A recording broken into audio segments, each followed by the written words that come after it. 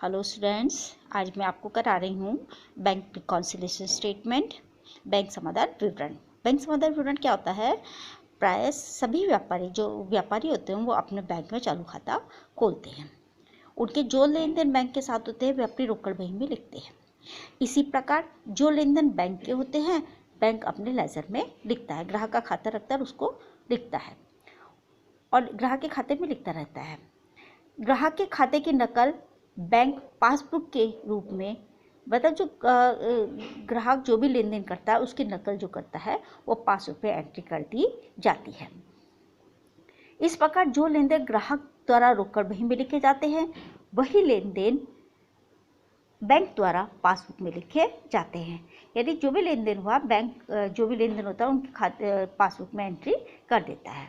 अतः रोकड़ बही के बैंक जो कैश बुक का बैलेंस होता है वो पासबुक के बैलेंस के बराबर आना चाहिए, ठीक है।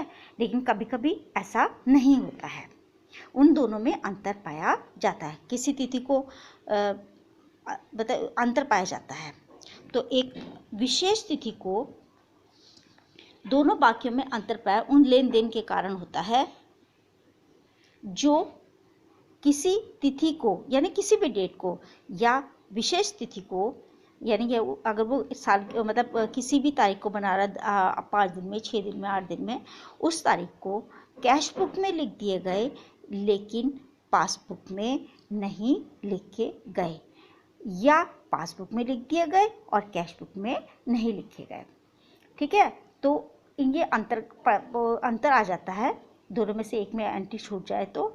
अतः व्यापारी द्वारा समय समय पर पासबुक रोकड़ बही का पासबुक से मिलान करने के लिए जो विवरण पत्र बनाया जाता है वह हमारा बैंक समाधान विवरण कहलाता है। और ये व्यापारी द्वारा बनाया जाता है, जब उसको आवश्यकता होती है तब वो इसको बनाता है, ठीक है। तो ये बनाया जाता है व्यापारी द्वारा पासबुक और कैश बुक का मिलान करने के लिए। अब इसकी उपयोगिता पे आ जाइए। ये बनाना अनिवार्य नहीं होता, ऐच्छिक होता है। इसके बनाने से व्यापारी को क्या लाभ होता है?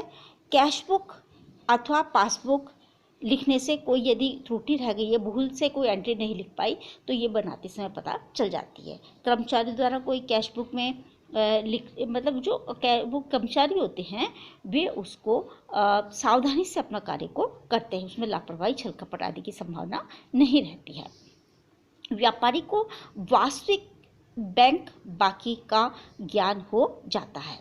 जो लेन देन पासबुक में लिख दिए गए हैं लेकिन रोकड़ बही में नहीं लिखे गए, रोकड़ बही को इंग्लिश बोलते कैश बुक में नहीं लिखे गए, उनकी कैश बुक में उचित समय पर एंट्री हो जाती है। तो इसको बनाने से व्यापारियों को कभी कोई भी त्रुटि हो जाए उसके लिखने में या कैश बुक में कोई कमी आ जाए तो पासबुक से मिलान करने पर उसको अपनी गलती को ठीक करने का समय मिल जाता है, वह अपनी गलती को सुधार सकता है, ठीक है। तो इस तरह से पासबुक और कैश बुक का बैलेंस मिल जाता है। अब इसके अंतर के कुछ कारण होते हैं, वो पार्ट 2 में आपको समझाऊंगी। अब मैं इसका आपको बताती हूँ परफॉर्मा, ये बनता कैसे है। तो बनाने के लिए सबसे पहले ऊपर लिखते हैं, हम इसको हिंदी में और इंग्लिश में दोनों के रूप में कार्य कर सकते हैं। सबसे पहले लिखते हैं बैंक समाधान विवरण, ऊपर उसके नीचे लिखा जाता है बैंक ये यानी कौन सी तारीख को बनाया गया है, एज ऑन, अगर ये जिस भी तारीख को बना रहा है उस तारीख को हम इसमें डेट डाल देते हैं। इसके बाद में हमारी 4 कंडीशंस होती हैं। बैलेंस हम या तो पासबुक का बैलेंस लेके चले या कैश बुक का बैलेंस लेके चले। पासबुक के भी 2 बैलेंस होते हैं, एक डेबिट बैलेंस और एक क्रेडिट बैलेंस। ऐसे ही कैश बुक का हमारे 2 बैलेंस होते हैं, एक डेबिट बैलेंस और एक क्रेडिट बैलेंस।